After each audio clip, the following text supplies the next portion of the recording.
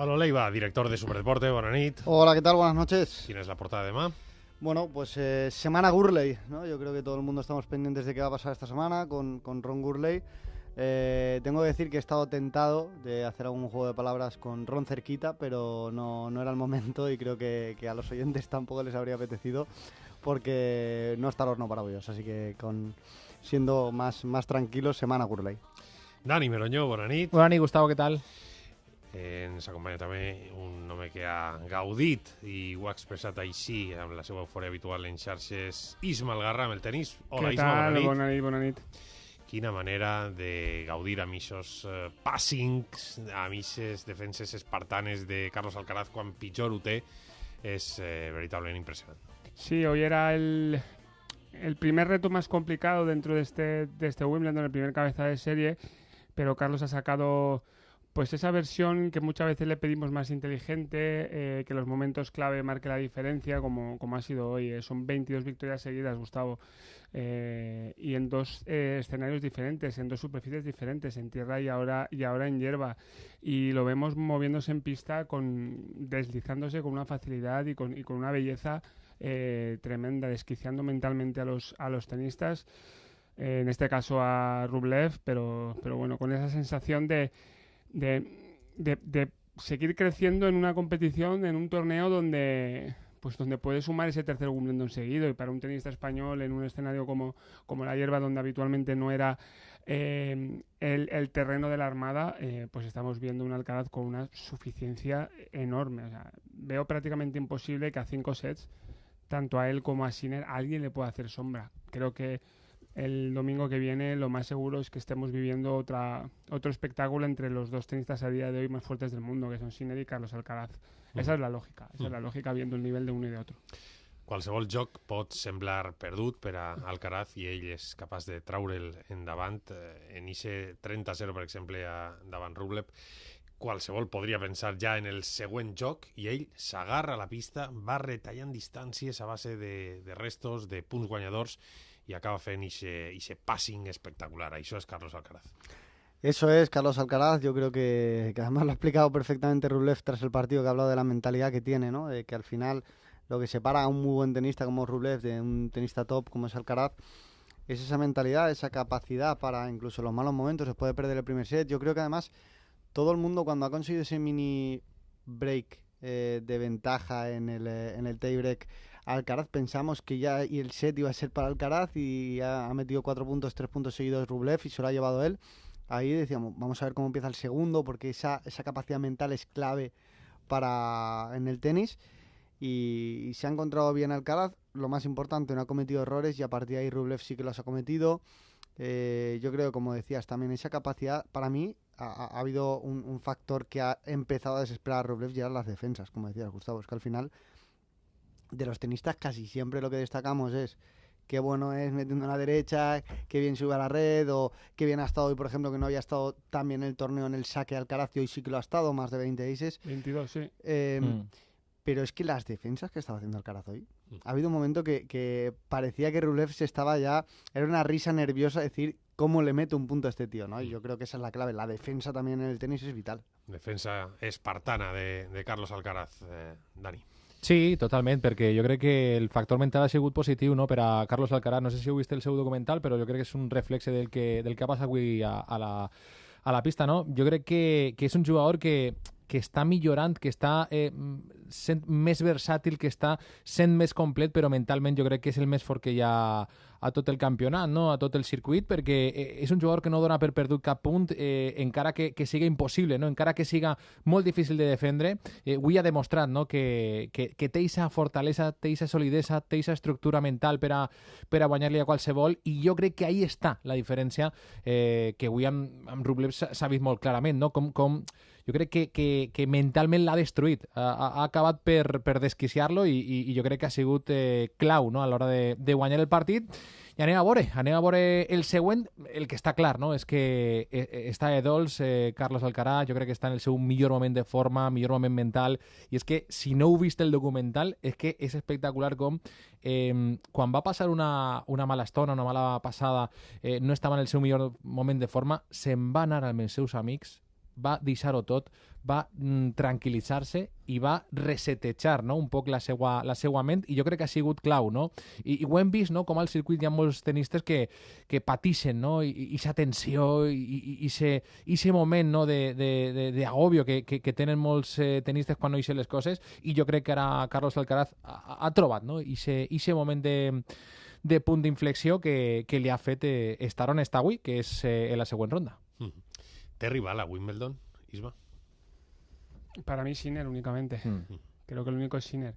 Es verdad que Djokovic en el lado de Sinner, que yo prefiero que esté en el lado de Sinner y no el de Alcaraz, siempre a Djokovic por su mentalidad, porque creo que ahí sí que está por mentalidad, creo que está un pasito por delante Djokovic de los demás por mentalidad, pero por tenis, por fortaleza física, Sinner y Alcaraz creo que no tienen rival, y más a 5 sets. A 3 sets creo que más inconsistente Alcaraz que Sinner a día de hoy. Partidos a 3 sets lo hemos visto hoy, o sea, ha perdido el primer set, pero luego ha levantado el partido. Pero a día de hoy, en una batalla a 5 sets, únicamente creo que ellos dos. Veremos a ver Taylor Fritz en semifinales, pero antes está Cameron Norrie en cuartos de final, donde se va a enfrentar contra el rival y contra un público que estará con el británico, pero no creamos que va a estar tanto con el británico, porque creo que Alcaraz tiene una aura diferente a los demás, y incluso en Londres, ante un rival británico, creo que va a tener un apoyo más importante de lo que pensamos. Pero bueno, a la pregunta que decías, yo creo que el único es Jannik Sinner. Yo creo que tendría que hacer el rival el partido de su vida, para no evitar que Carlos juegue una nueva final, porque estamos viendo un tenista que súper completo, que él en rueda de prensa ha hablado sobre todo lo que os decía al principio, de deslizar, que está deslizando en pista, porque deslizar en hierba, como desliza él, es de auténtico superdotado. Sí, es que sembla que estiga en terra batuda. Sí. Y eso lo mejoró sobre todo a partir de la primera final contra Djokovic, la que gana. Pero esa primera que gana de las dos, ahí ya dio ese paso al frente en lo de deslizar. Y hoy ha dado una exhibición en eso, ha dado una exhibición. Que es lo que decíais vosotros de no dar por perdido ningún punto. Por esa capacidad que tiene a llegar a todo, a llegar a lo imposible. El parque de atracciones, que tantas veces dice, el parque de atracciones Carlos Alcaraz, pues hoy se ha vuelto a subir al parque de atracciones. És que sembla que estiga patinant en la gespa, amb el risc que això suposa, fins i tot de lesionar-se, y ell ho domina a la perfecció. Es veritablement difícil, Pablo. Sí, además en un año en el que varios tenistas han quejado de que está un poco más seca la hierba, ¿no? Es más peligroso todavía porque te puedes quedar algo más frenado. Tengo la sensación de que Alcaraz llega en un punto físico que, fíjate, podía haber dudas el primer día contra Fognini, que yo creo que al final mucha gente cree que esto del tenis es un paseo en barca para todo, para tenistas como Sinner y Alcaraz. En el caso de Sinner sí que hemos visto que ya lo hizo en Roland Garros, que no perdió ningún set hasta la final. En el caso de Alcaraz es más dado a tener alguna desconexión que sí que le lleva a perder algún set, pero es que físicamente yo le veo muy fuerte. Y además tiene una cosa muy buena Alcaraz, es tan crítico con él mismo que antes de este partido, yo he recalcado lo de los aces, porque antes de este partido en rueda de prensa, él habló de que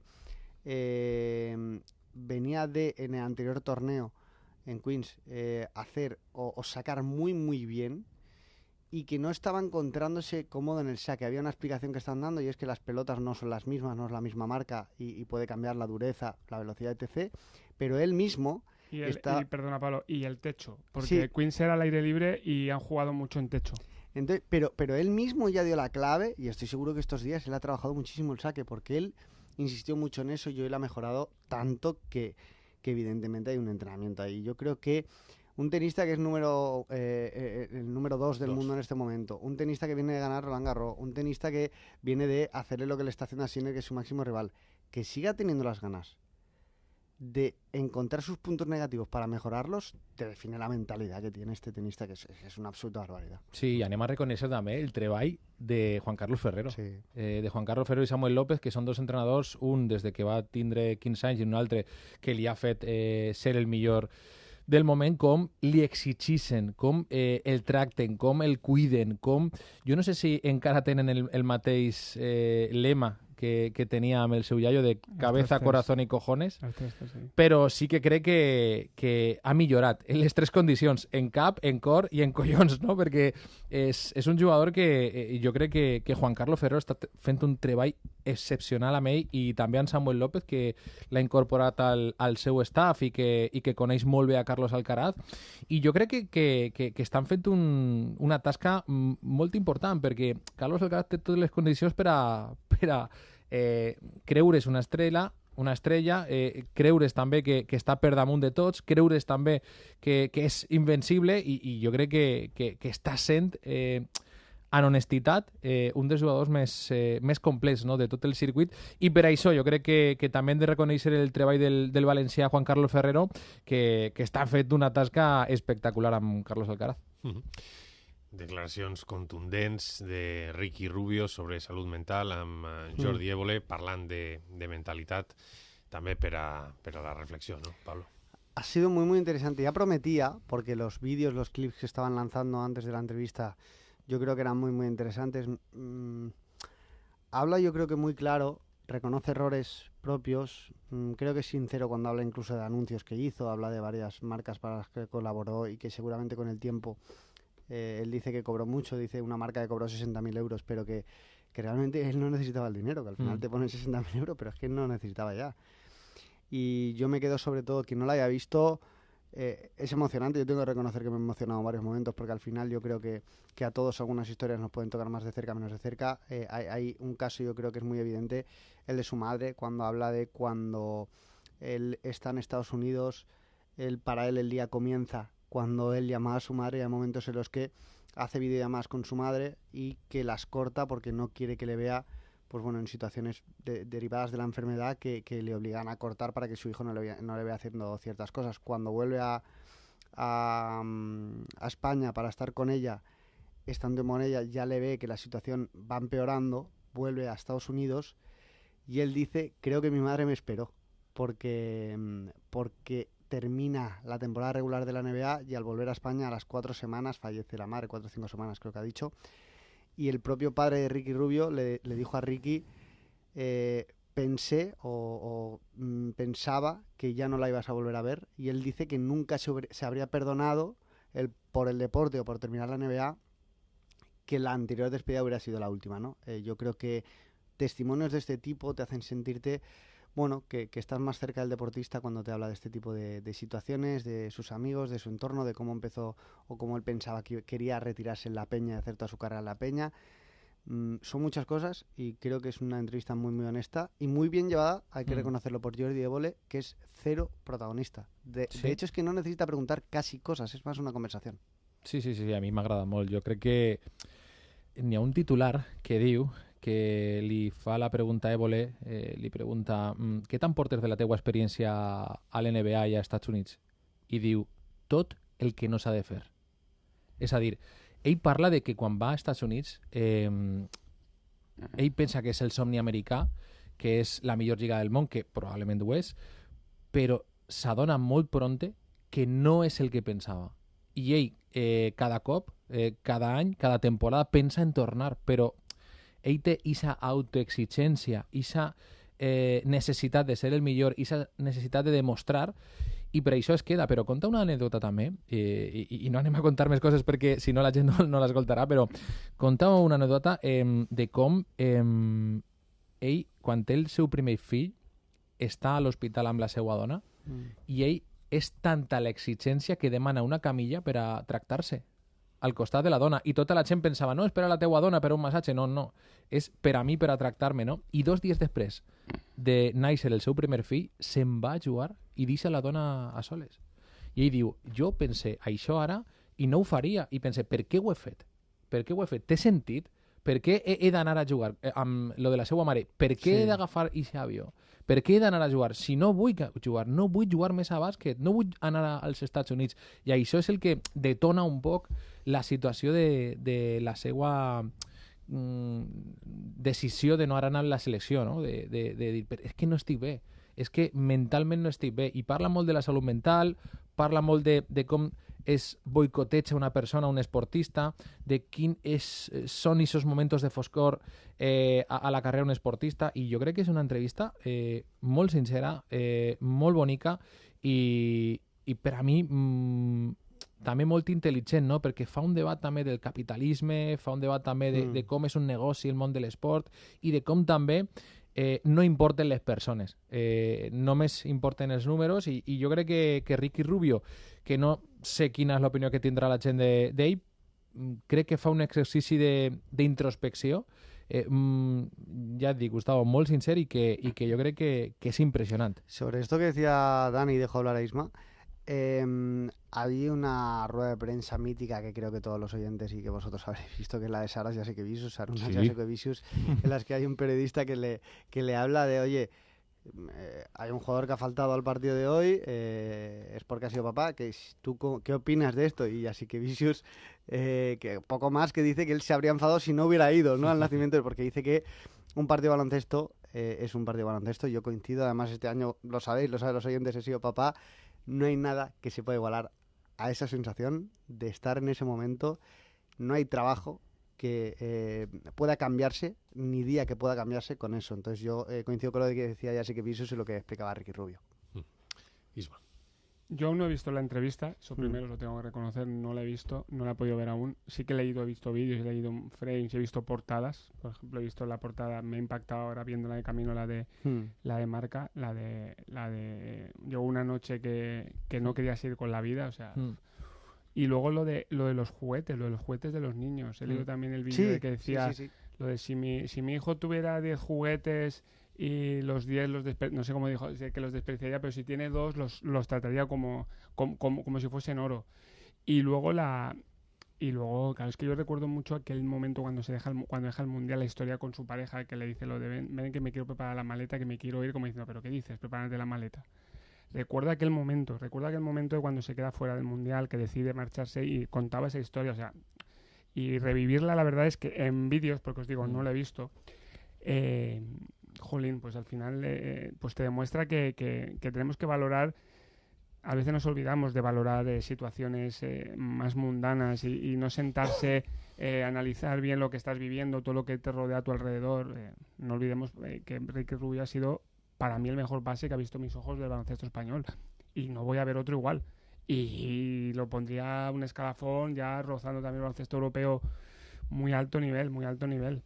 Y recuerdo cuando volvió a la Fonteta con el Barça, la ovación que se llevó, como en el resto de pabellones, evidentemente, pero cuando saltó a cancha con el Barça, toda la Fonteta de pie, toda la Fonteta aplaudiendo, fueron de esos momentos que me acuerdo como si fuese ayer, la ovación que se llevó Ricky Rubio. Y lo tengo pendiente, sí, a ver si mañana puedo ver la entrevista entera, pero tan a corazón abierto. Además, creo que he leído, si no confírmamelo, que la ha pedido él, pidió a él hacer la entrevista. He leído que Ricky Rubio es el que le dice a él, oye, quiero hacer esta entrevista. Y además dice que con él, y además dice otra cosa, y es que es la última que va a dar. Exacto. Que si alguien quiere que él ya no es protagonista, que tienen ahí todas las respuestas que él querría dar, que no hay más preguntas que él quiera contestar, que están todas ahí. Però que important és que parlen els protagonistes, els esportistes, perquè estem acostumats a que no hi hagi rodes de premsa, a que només estiga la informació oficial de cada club, a que les entrevistes siguin pactades també pels mitjans oficials de qualsevol club o equip. Que important és que el futbolista, el jugador de bàsquet, el tenista, l'esportista, en definitiva, parle per als mitjans de comunicació en una xerrada, en un moment d'introspecció, en un moment d'intercanvi d'emocions, no? I jo crec que avui per a mi ha sigut magistral, no?, la lecció que ha donat Ricky Rubio, i també Jordi Évole, que si moltes vegades jo no estic d'acord amb les seues maneres, no?, de fer les coses, avui sí que ha fet una entrevista que para mí ha sido ejemplar. Hay un momento también que estoy muy de acuerdo, además aquí lo hemos hablado muchas veces, en el que critican el periodismo actual. Yo estoy muy de acuerdo en la forma. Eso que está diciendo Dani también es cierto. Creo que no estamos acostumbrados a que muchos deportistas concedan entrevistas. Creo, y sabéis que también lo pienso, que con los años nos lo hemos ganado de alguna manera también los medios de comunicación, los periodistas, no todos. Es decir, creo que hay medios, y esta casa, por ejemplo, sí que creo que es una casa, y no por quedar bien, que se gana el que mucha gente quiera hablar aquí porque merece la pena.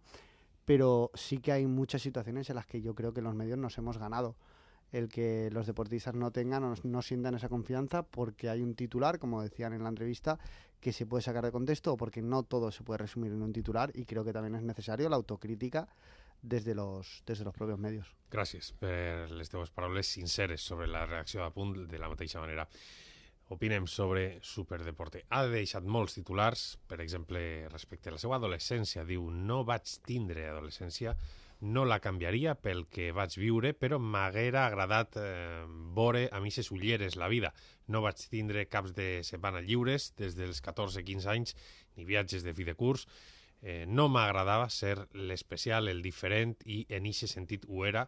Dilluns en el col·legi la gent parlava de les coses que li passaven, normals a la seva edat, i jo no sabia de què parlaven. Dani.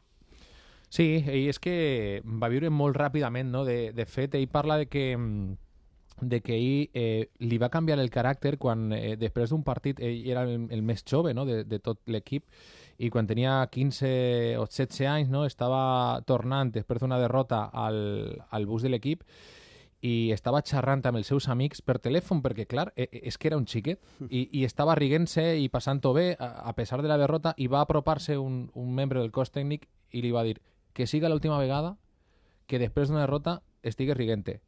I ell va canviar la seva forma de fer les coses. Ell va dir, ahir va canviar la meva mentalitat, perquè, clar, vaig exigir-me, de fet, parla d'un episodi de que ell està a Minneapolis, quan estava a Minnesota, i que ell es va emportar el primer any a un amic personal allà als Estats Units per estar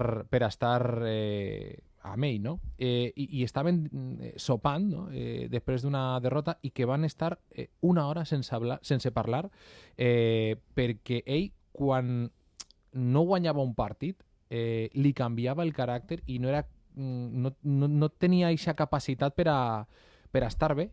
Quan perdia, ell estava mal, molt malament, i quan guanyava també estava malament perquè pensava que no ho havia donat tot, no? Aleshores, ell és que ha viscut molt ràpidament, i quan va anar als Estats Units, ell també explica, no? Que ell es començava al YouTube, es començaven també les xarxes socials, l'any 2019 crec que va ser, per ahir, 2008-2019, i clar, ell, les expectatives que n'hi havia amb ell, ho ha dit Isma, no? És que era un dels xiquets d'or, no? D'aquesta generació de jugadors de bàsquet d'Espanya. Clar, és que aquesta pressió des de ben xicotet li va passar molta factura, no? Ell no ha viscut una adolescència, i ell ho diu obertament a l'entrevista, diu que ell no ha viscut un viatge, no ha viscut un sopar, un dinar amb amics, no se n'ha anat amb els seus amics de viatge a cap lloc. Aleshores, jo crec que si no l'ha vist a la gent l'entrevista, que l'escolte, que la veja, perquè és que dona que pensar, no? Perquè tots hem viscut moments en el que hem anteposat el nostre treball a la nostra vida personal, i t'adones, no? T'adones que no té trellat, ¿no? el fer-ho. Es que él con 19 años, 2009 creo que era, el número 5 del draft, 19 años, Es que al final, cuando tú tan joven despuntas en juventud, selección, junior de oro, draft, si no tienes un buen entorno, si no estás bien rodeado, en una aventura así como irte a Estados Unidos, mentalmente es complicado. Y es que todo le fue muy rápido, todo a Ricky le fue muy, muy, muy, muy rápido. Y por eso creo que le tenemos que dar mucho valor a que el deportista salga públicamente y lo exprese.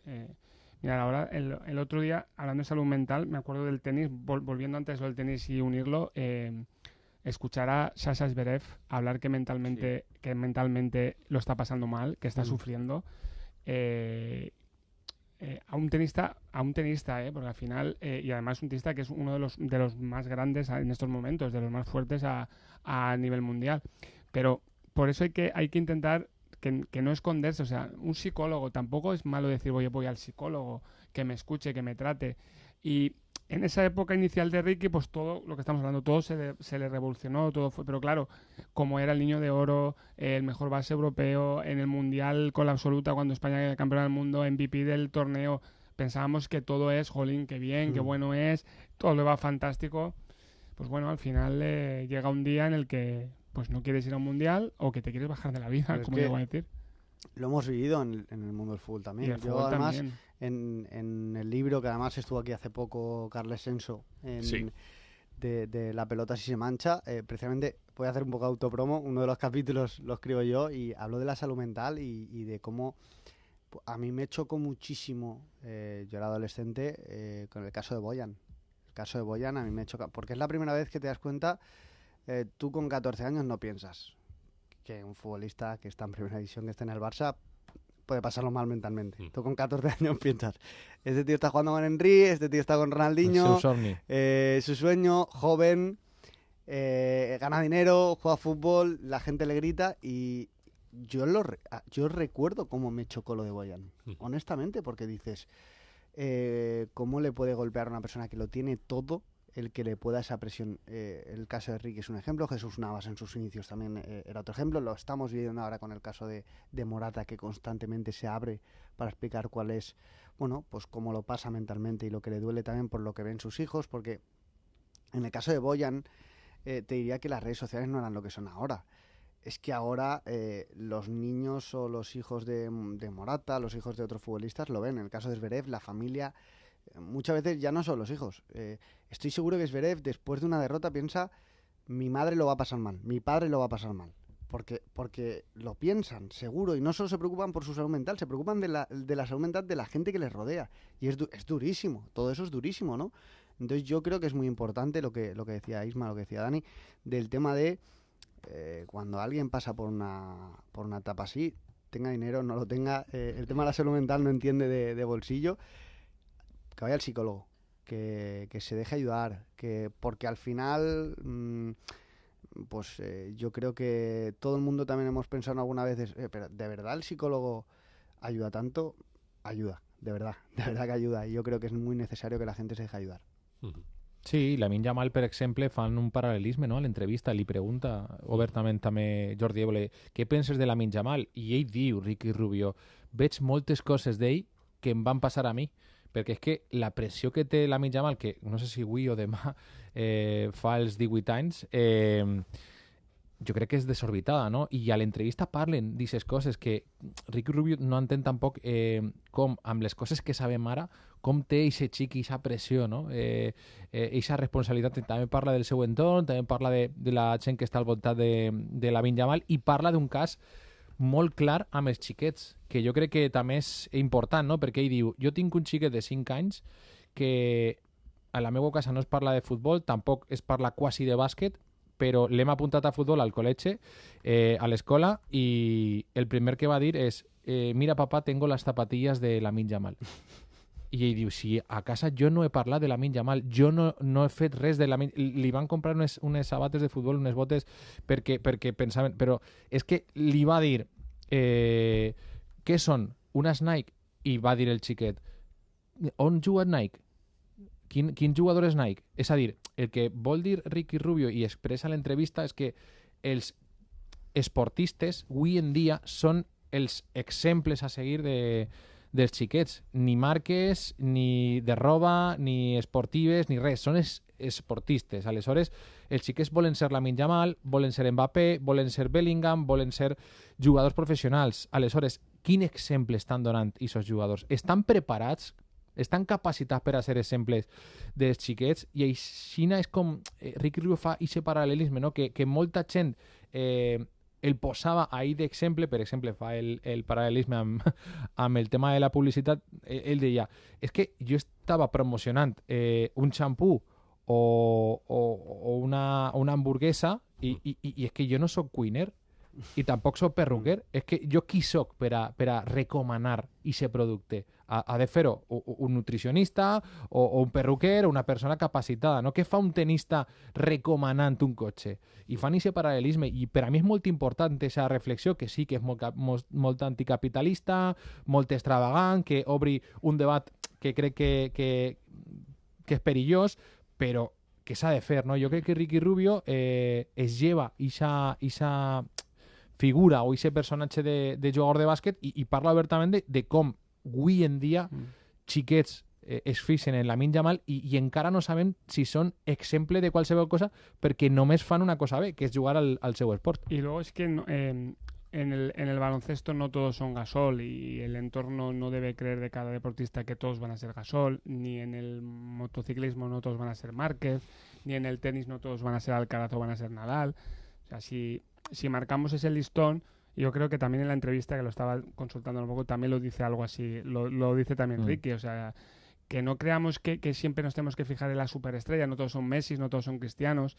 Entonces, a partir de ahí también... El hecho, Dani, con Gasol habla de que a él le supuso un problema en algún momento la figura, porque él decía que él quería Gasol, el anillo, no sé qué, y él quería compararse. Claro. De hecho, él tiene pendiente preguntarle en persona a Gasol, lo ha reconocido, preguntarle si ha sido feliz. La comparación, aquí lo hemos hablado muchas veces con Alcaraz y Nadal, dejarle a cada uno que haga su camino a su manera.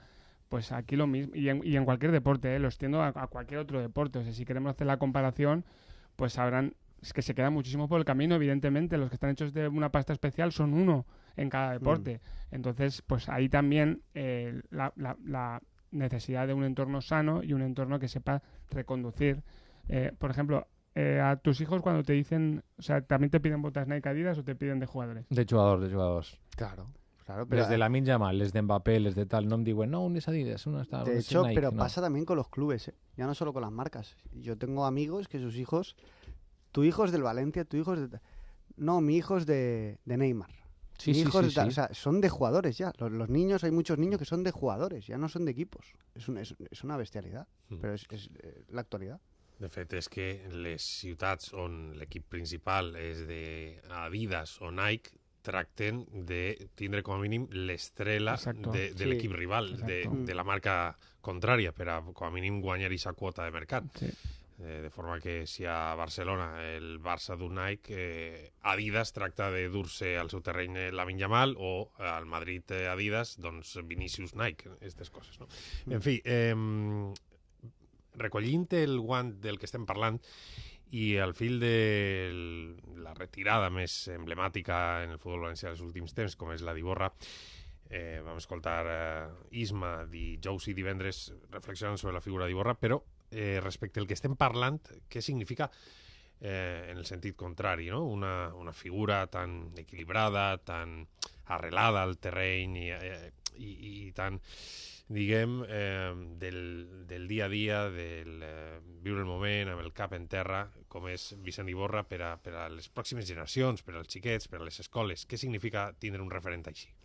Mira, para mí el mayor referente o el mayor legado que deja Iborra es que los niños con Iborra pueden aprender que Iborra no solo se va a decir, o no todo el mundo coincidirá en que era un fantástico futbolista, por lo que ha sido en el Levante, por lo que ha sido en el Sevilla, por lo que ha sido cuando ha ido a la Premier, Olympiacos, que gana... Es decir... Villarreal, no correcto, Villarreal, perdona, correcto. Iborra, los niños, cada vez que alguno hablamos de Iborra, siempre decimos, era un pedazo de futbolista y era una persona bestial. Y es una persona bestial. Lo mejor que pueden escuchar los hijos de Iborra es que todo el mundo hable de su padre como persona, no solo como futbolista. Ese es el legado que deja Iborra. Y yo insisto en que esas cosas no se dicen por regalar oídos. Con Iborra creo que todo el mundo que nos hemos cruzado en algún momento con Iborra en la profesión, Iborra nos ha parecido una persona espectacular. Un trato humano de 10. Una persona responsable con sus compañeros en privado, defendiendo cuando había que defender y hablando claro cuando había que hablar claro. Una persona que si ha tenido que alargar 5 minutos una entrevista por X tema, la ha alargado 5 minutos para que el periodista, y yo voy a hablar de un caso personal, incluso en Superdeporte, cuando he visto chavales de prácticas, cuando he visto que han ido o se han acercado a Iborra a cada periodista joven que se ha cruzado lo ha tratado como si lo conociera de 25 años a la profesión. Esa gente tiene mucho valor, porque cuando tú te ibas cruzando con la misma cara 10 años, pues igual el trato te hace llevar. Pero cuando tú al chaval joven el primer día le tratas de maravilla, para mí esa es la gente que vale la pena. Y Iborra deja ese legado, deja esa... Yo creo que él mismo era consciente de la responsabilidad que él tenía con todo eso. Él trataba de ser ejemplo con toda la gente que había en el vestuario. Y cuando veía que alguno se salía un poco, yo creo que Vicente, que él trataba de que no se fuera... que puede ser muy bueno, pero aunque seas muy joven, no cometas errores de juventud, sino tienes que saber diferenciar lo que está bien y lo que está mal. Y creo que Iborra lo ha conseguido, con el aficionado, con los entrenadores, con todo el mundo. Y yo creo que eso es lo que define a Iborra. Sí, a ver, bueno, No, sí. Jo penso el mateix, no? que Pablo, la veritat que demà parle jo a la contra de súper d'Iborra, perquè per a mi ha sigut un jugador que, a pesar de jugar en el Llevant i jo no estar en el dia a dia tant en la meva trajectòria com a periodista esportiu del Llevant, sí que vaig estar 3-4 temporades cobrint la informació del Llevant, però és que a mi m'ha marcat Iborra, perquè jo crec que és un dels pocs futbolistes que n'hi ha, ja no en actiu, però sí hasta avui en actiu, que era una persona normal i corrent, en la que podies quedar i prendre't qualsevol cosa, parlar per telèfon, d'altres coses que no eren futbol, d'anar amb els xiquets. És a dir, jo crec que la imatge, una de les últimes imatges que va deixar Iborra com a persona, més enllà de com a futbolista, que jo crec que els seus títols, la seva trajectòria esportiva i també el seu cor granota parlen per si soles, jo crec que una imatge és la de la Dana.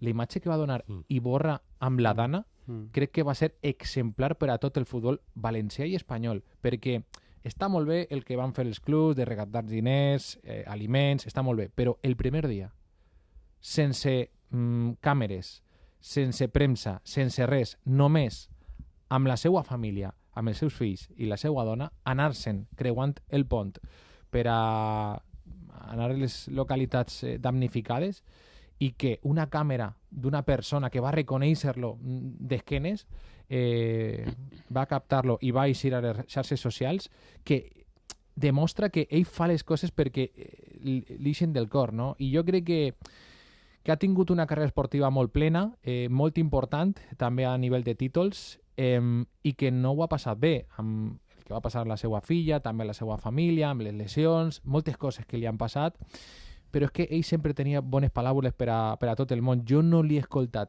mai parlar malament ni d'un entrenador, ni d'un company, ni d'un equip.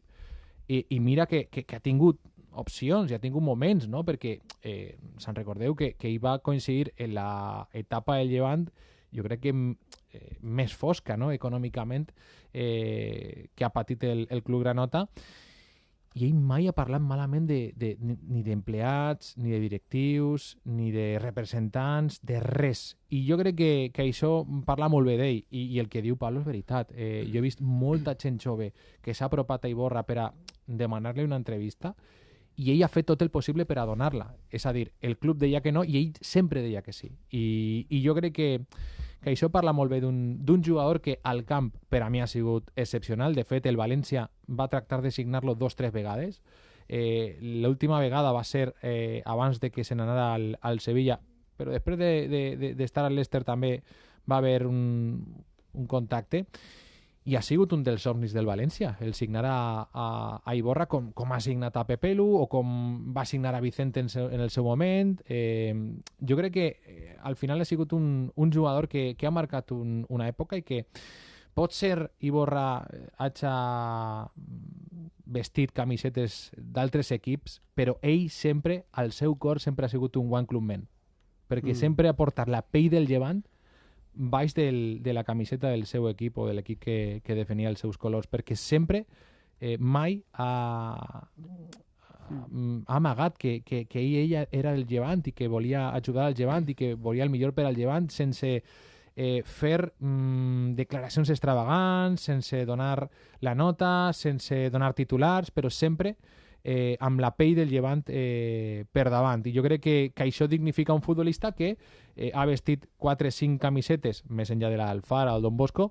però que sempre ha tingut el Llevant al seu cor, i que si no ha sigut un one club man ha sigut perquè el Llevant era un club que tenia que vendre, no? Però jo crec que ha sigut un exemple per al futbol, i que ara no són conscients, Gustavo, però jo crec que dins de 5-10 anys podem parlar d'una llegenda del futbol valencià sense cap dubte. Sí. En 5 o 10 años para mí ya lo es. Sí, ya lo es, pero no son conscientes ahora. Para mí ya lo es. Nada, os estaba dejando hablar a vosotros porque yo ya el jueves y el viernes creo que mostré todo el corazón hacia hacia Iborra, que para mí es un amigo dentro del mundo del fútbol, para mí es un regalo que me ha brindado estos años de periodista, cubriendo el día a día Levante, sintiéndolo también como aficionado. Y al final lo más importante de todo es que Iborra sigue aquí, o sea, sigue en el Levante. Es que yo cuando la gente dice, oh, qué triste, se dejan, es una despedida, es una despedida al mundo del fútbol, pero él va a seguir demostrando desde otra faceta pues que es una persona, es generosidad con patas, es un tío que hasta el mismo viernes dio otra demostración más de lo que es un tipo auténtico, un tipo que siempre ha priorizado siempre el Levante por encima de él en muchísimos momentos, que el contexto, decía lo del One Cool Man, el contexto, porque el contexto en las distintas situaciones es lo único que ha impedido que el Levante, que no haya estado en el Levante mucho más tiempo, sobre todo en estas dos últimas etapas. Y un tipo que gana una competición europea y lo primero que dice es: yo quiero volver a casa, quiero volver a mi equipo y quiero ayudar, porque la rueda de prensa, lo de ayudar y arrimar el hombro y familia, lo repitió pues tropecientas veces. O sea, es una persona que no habla nunca por él, jamás habla por él, siempre habla por el grupo, siempre habla por la unidad, siempre habla por su Levante, y hubiera sido una estupidez de un grado supino que el Levante no hubiera lo hubiera reubicado en un rol dentro del club, es lo que le hubiera dado la gana, hablando claro, lo que él hubiera querido. Pero yo creo que es la mejor solución esta de enlace entre Calero y los jugadores.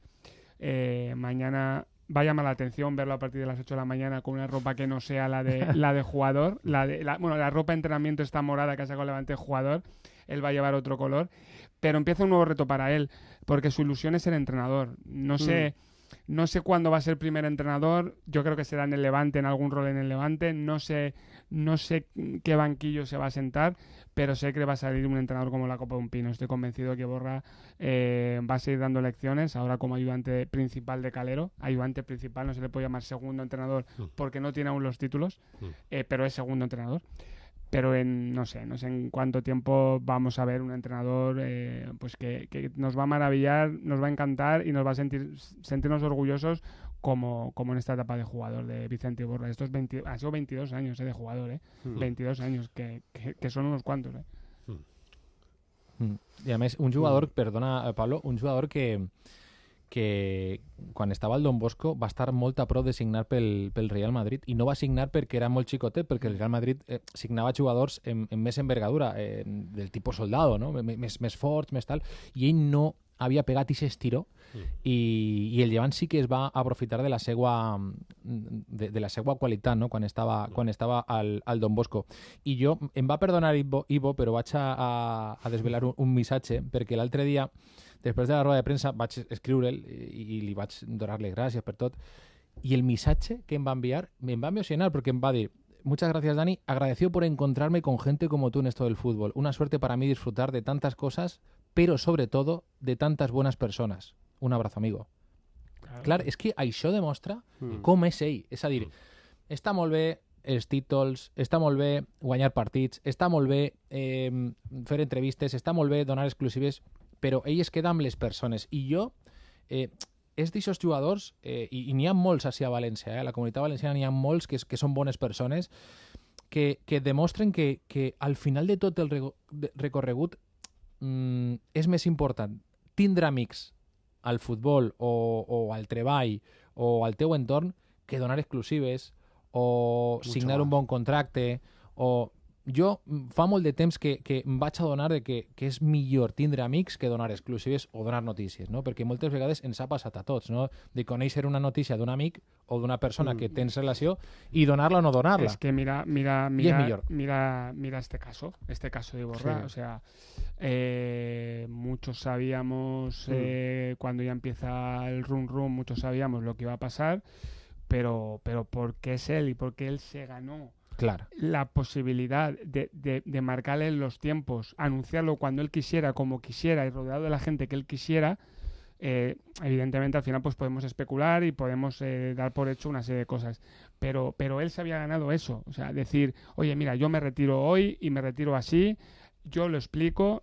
Yo creo que eso ya es cuestión más personal. Creo que Hay más cosas que evidentemente no tiene que explicar, como en todos los casos. Mm. Pero él se había ganado ese premio, si lo podemos llamar así, de decir, oye, yo me voy, y que nadie lo anunciara en redes. O sea, yo hablé con Esteve, por ejemplo, y me dice, ¿sabes lo mismo que yo? El comentario fue, ¿sabes lo mismo que yo? Yo digo, de sí. hecho, fíjate, igual Esteve me mata, pero es algo positivo. Esteve lo sabía.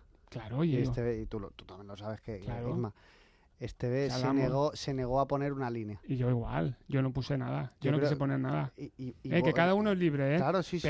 Pero te digo eso porque como hablé con él, No, lo sé. le dice, yo sé que es esto y esto. Dice, pues tiene la misma Claro. información que yo. Y digo, ya está. Y yo creo que eso también es que Iborra se lo había ganado. Claro, Iborra te se digo. lo había merecido. Creo que al final también lo que decía Dani, ¿no? De darse cuenta, yo creo que en el mundo del periodismo hay muchas exclusivas que te tienes que comer. Porque los protagonistas lo merecen y porque al final no es tan importante ser el primero. Claro. Creo que eso es fundamental. Creo que hay que respetar a los protagonistas de esto, que no son los periodistas, sino los periodistas son los jugadores, entrenadores, presidentes, etc. Y yo creo que en el caso de Iborra, él merecía explicarlo con su voz todo lo que había pasado. Creo que además él ha sido, yo creo que honesto consigo mismo, porque él sabía que igual en primera división el físico no le iba a dar. Y creo que es un ejercicio de honestidad el decir, pues mira, estoy aquí para ayudar, estoy para Calero, estoy para el Levante Unión Deportiva, estoy para la afición, de otra manera y con otro rol. Y creo que eso muchos jugadores lo tienen que entender. Y todo el proceso que ha llevado Iborra, creo que es una forma sana que para muchos chavales que estén en un club y que quieran dar el salto a otro equipo, tienen que entender cómo salir de los sitios. Porque fíjate que hemos visto a lo largo de los años en el mundo del fútbol que hay futbolistas que se van y se les critica y otros que se van y no se les critica. El por qué es muy sencillo, son las formas. Tú tienes que ser una persona clara, una persona que dejas claro que cuando haces algo lo haces por el bien de todo el mundo, no solo por el tuyo, porque al final el salto de Iborra era un salto profesional cuando se marchó del Levante, pero era un salto también para ayudar al Levante, que creo que le venía muy bien. Y yo creo que eso es muy, muy importante de explicar, de analizar. Él lo consigue con ese ascenso, que él no se iba a perdonar el retirarse sin darle ese ascenso al Levante Unión Deportiva. Y hay una anécdota que me parece muy curiosa. En la última entrevista que concede para Super, para él dice que en el Pireo, cuando está en el Olympiacos de Mendilibar, él en los partidos del Levante, en el sofá, en casa, en Grecia, a sus nanos, él se ponían la camiseta del Levante y se sentaban delante del sofá, delante de la tele, a ver al Levante. Y él, cuando empezaba la temporada, incluso aunque estaba en el Leicester o estaba en el Sevilla o estaba en tal, el pase, los abonos de él y de toda su familia del Levante los seguían teniendo, porque al final él, cuando le ha tocado vestir otra camiseta, era un levantinista vistiendo la camiseta de otro equipo, ¿no? Sí, Yo creo que eso y al ponía final... la foto en redes sociales, Sí. siempre poniendo la foto de los pases. Es que Eso era así. es precioso. Y repito, a veces, yo creo que, fíjate, con otros futbolistas somos injustos porque solo destacamos la parte futbolista. Con Iborra somos injustos, solo valorando lo buen ser humano que era, porque como futbolista ha sido un avión también. Es decir, estamos valorando lo buena persona que era, porque es que es muy buena gente y muy buena persona. Lee lo que dice Pero como futbolista es una animalada. El Barça el tenía en la terna para sustituir a Puyol, quan es va retirar Puyol. Estava entre els possibles... Es que basta con leer lo que dice la gente de Sevilla, de Villarreal. Es que basta con leerlos. O sea, todo el al final, mundo, todo el mundo. Sí, sí, Mira, sí. yo la imagen, lo he comentado varias veces, pero no está de más recordarlo. Yo, de una de las últimas imágenes es el viaje de vuelta en Burgos, el viaje en el charter. Estaban todos los chiquillos celebrándolo, su hijo adoptivo, que le llama él Víctor Fernández, al que cogía, dice, me contaba, eso es al margen de lo de Burgos, me contaba en la entrevista, la última entrevista que hice, además ahí en el canal de Twitch, me dice, yo dejaba a mis hijos en el colegio y recogía a mi otro hijo para llevármelo a Buñol. El otro hijo era Víctor Fernández Jr. y es su hijo adoptivo. Pues mientras que su hijo adoptivo, Víctor Fernández, los Xavi grandes, la gente joven estaba con los baffles poniendo la morocha y canciones de ese estilo, él estaba sentado en su butaca, tranquilamente, relajado, y yo me lo encontré, o sea, voy hacia el vagón de los jugadores, saludo a uno tal, y voy delante suyo, y me bastó mirarle la mirada, mirarle los ojos, o sea, vidriosos, súper iluminados, y verlo y decir, estás tranquilo ya, como diciendo, ahora me puedo retirar en paz, como diciendo, tranquilo, ya lo has conseguido, ahora ya, tranquilo. Además, lo bueno que tiene es que tú ves el mismo Iborra delante de los micros o cuando está dando una entrevista a cuando quitas la grabadora. La misma persona. Sí, claro. Eso mola, porque sí que hay futbolistas que a mí me ha dado rabia cuando entrevista a un futbolista y he dicho, es un personaje. O sea, se crea un personaje y es... fíjate, voy a dar otro nombre que me pareció muy buena gente del Levante Unión Deportiva y que me sorprendió. Cuando llegó Borja Mayoral al Levante, Borja Mayoral en su día, yo decía, bueno, chaval, viene de la cantera del Madrid, a jugar las selecciones inferiores, va a venir aquí y de camino a Buñol, yo decía, igual, pues yo qué sé, igual me encuentro un flipadete, tal, no sé qué.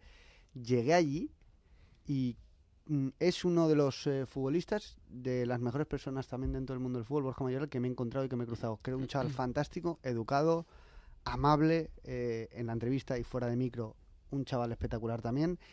Y es de esas personas que dices, natural. O sea, al final no necesitas tener un personaje, no necesitas el... Y ya no va con el cómo visten. A mí me mola el look de los modernos, la leche. Me encanta. Va más con la parte humana, el cómo te expresas y todo eso. Yo creo que al final muchos deberían aprender de Iborra, de lo que decía de Borja Mayoral, de esos jugadores normales que te están hablando como si le hablaran a su colega de toda la vida.